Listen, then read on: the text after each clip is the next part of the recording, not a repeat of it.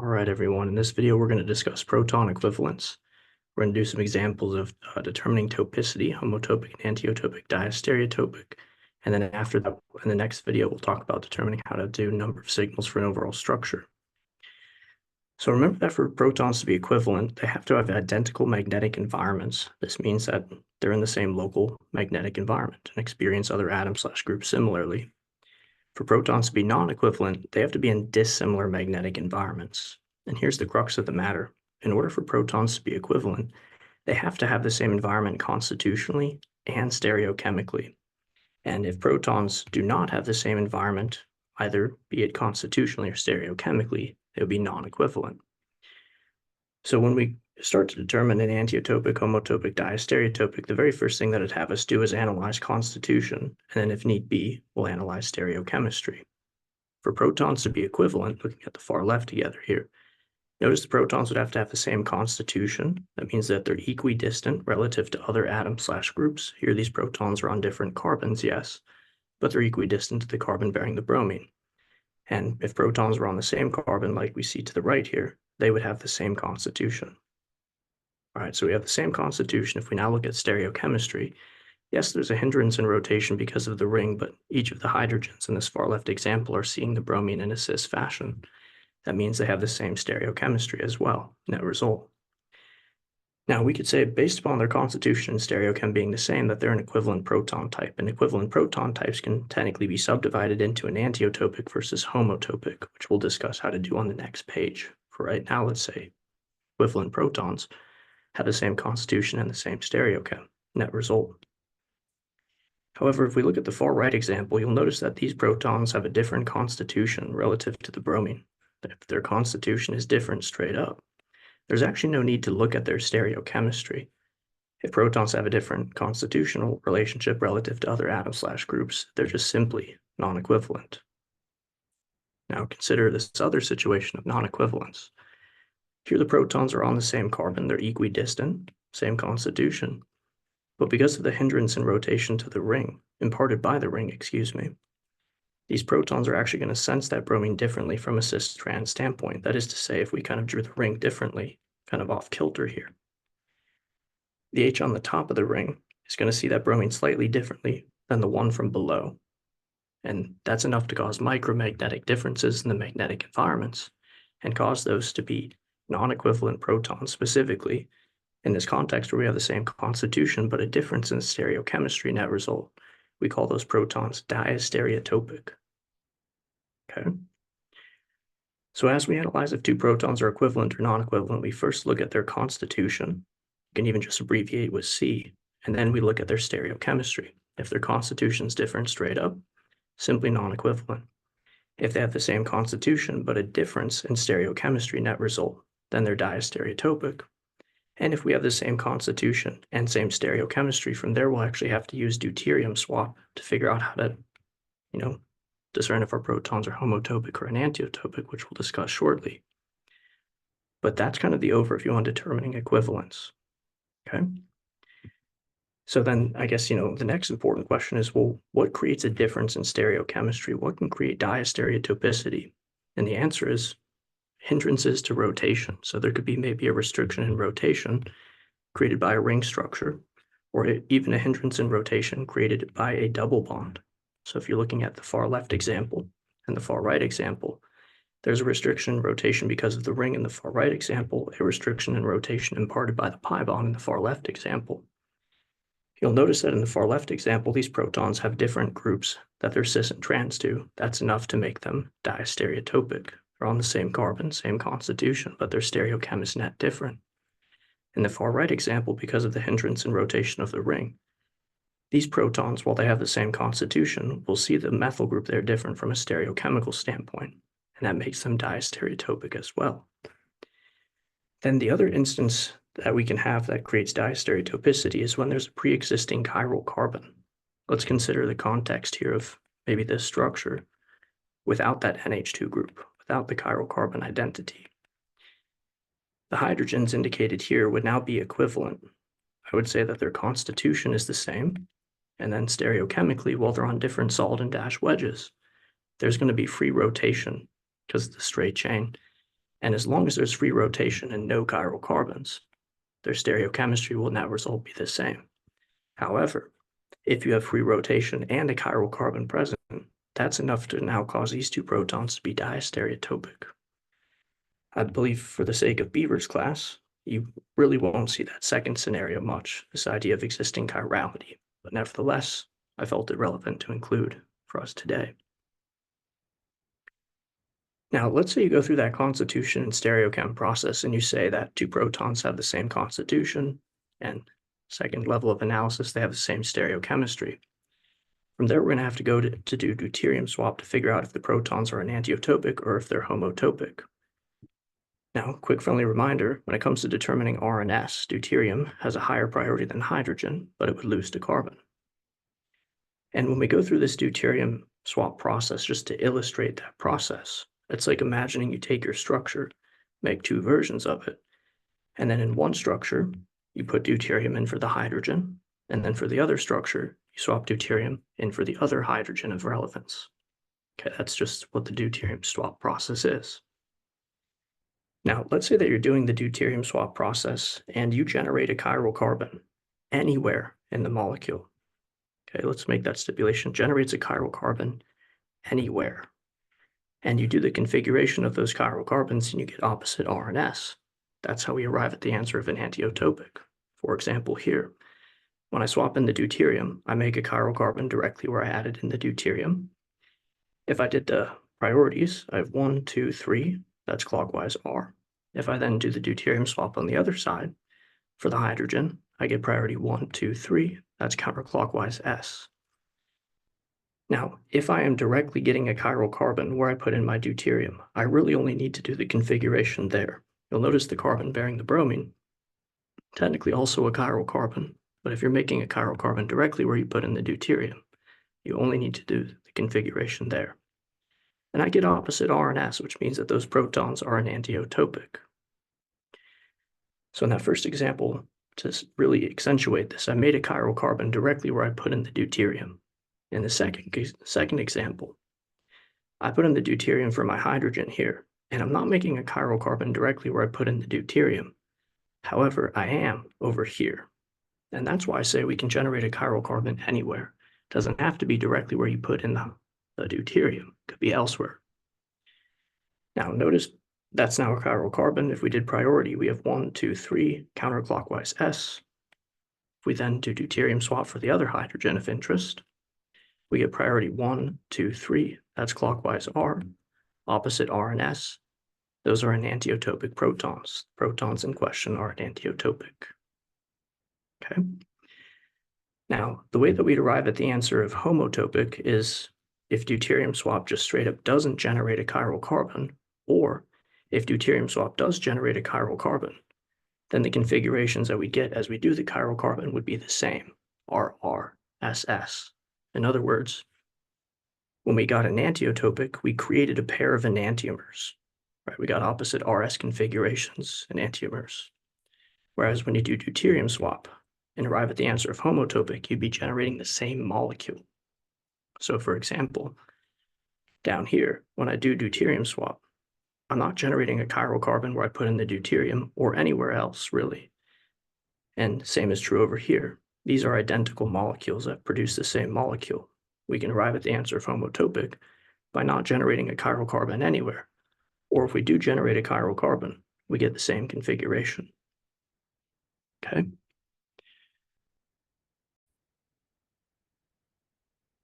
All right, in this next section, what we're going to do is investigate if protons are homotopic, enantiotopic, diastereotopic, or simply non-equivalent. The way I'll key it is A for equivalent, B for non-equivalent, and C for diastereotopic. All right, and then I'll specify even further for the equivalent ones if they're homotopic or enantiotopic. Again, to approach these types of problems, we're first going to start with the constitution and then look at the stereochem. For the first example, the protons are on the same carbon, so their constitution is identical, and there is free rotation, no ring structure, no pi bond, and if there's free rotation and no chiral carbons, then their stereochem is net the same. That being said, we're going to say that these are an equivalent proton type because they have the same constitution and same stereochem, and you'll notice that if you were to put a deuterium in place of one of the hydrogens, I did generate a chiral carbon directly where I put in that deuterium. And naturally, if I'm swapping deuterium for that hydrogen versus the one on the dash, we're swapping for protons at the same carbon, we'd naturally get opposite R and S as we do the deuterium swap. And that would bring us to the answer of enantiotopic. Deuterium swap generates a chiral carbon, and you would get opposite R and S. Looking at the middle example, you'll notice that here we're looking at technically the protons of a methyl group, right? Those are all on the same carbon. That's just a funky way of drawing a methyl group. Those protons are on the same carbon, so they have the same constitution, and stereochemically, they're also the same. Okay, with different perspective wedges. However, there's free rotation and no chiral carbons. These protons will be equivalent to one another, and specifically, they're homotopic. If you were to put in a deuterium, notice how we would not create a chiral carbon there or anywhere else. Okay, homotopic, no chiral carbon generated with deuterium swap. And if anything, if you're ever comparing protons of a given methyl group, they should be homotopic, equivalent and homotopic. Looking at the far right example, these protons have a different constitution straight up. Notice the one here is in between two carbonyls, whereas the one over here is not between two carbonyls. Now, if their constitution is different straight up, our answer is going to be simply non-equivalent, and not diastereotopic. Okay, that's why we always look at constitution first. Next row, starting on the left, these protons are equidistant to the carbon bearing the nitro group, so same constitution. And stereochemically, let's keep in mind that benzene is planar. Therefore, those hydrogens are technically sticking off in the same plane, and for protons on a benzene ring specifically, we'll consider their stereochem as being the same. Same constitution, same stereochem, the protons are equivalent, and if you did deuterium swap, you would not create a chiral carbon there or anywhere else in the structure, because no chiral carbon would be generated. Our answer will be homotopic specifically. In our middle example, the protons have the same constitution, they're each equidistant to a carbon bearing an OH group, and stereochemically, I would say they're the same. And when we say same stereochem, we're really meaning net, same, meaning same net cis-trans relationships. This hydrogen sees the OH closest to its cis. This hydrogen respectively sees the OH closest to its cis. So we're really looking at the same net cis-trans relationships. These will be equivalent protons. And if we were to do the deuterium swap method, swapping in the deuterium for the hydrogen over here, we'd have priority 1, 2, 3 for the deuterium, 4 for the hydrogen, because 4 is on the solid here. I'm going to render, and then I have to reverse. I'll get the S configuration. If I then did deuterium swap for the bottom hydrogen here on the solid wedge, I'd have priority 1, 2, 3 for the deuterium, dash wedge hydrogen is 4. I'm going to get counterclockwise S. So if I get SS, same configuration, our answer will be homotopic. Okay. Over here, we got to homotopic by not generating a chiral carbon. Here we did generate a chiral carbon, but the configurations that we got with the deuterium swap were the same. So two different ways to arrive at the answer of homotopic. Looking at the far right example, we have those two hydrogens, same constitution. They're both equidistant to an NH2 group. Same stereochem because we're planar on the benzene ring. Those would be an equivalent proton type. And if you did deuterium swap, no chiral carbon is generated anywhere. That brings us to the answer of homotopic. Okay. Looking at the next row, starting on the far left, these protons are equidistant to the carbon bearing the bromine, same constitution. Stereochemically, we have this restriction and rotation imparted by the ring structure, but each of them respectively are seeing the bromine in a trans fashion, so same net stereochem. Those would be equivalent protons. If I put in a deuterium here, swapping for the hydrogen, I am generating a chiral carbon directly. So that would be priority 1, 2, 3 for the deuterium, hydrogens on the dash wedge 4. That would be clockwise R. If I then separately deuterium swap over here, 1, 2, 3, dash wedge hydrogen 4, that's counterclockwise S. So deuterium swap generated a chiral carbon, we got opposite R and S. That would bring us to the answer of enantiotopic. Enantiotopic protons.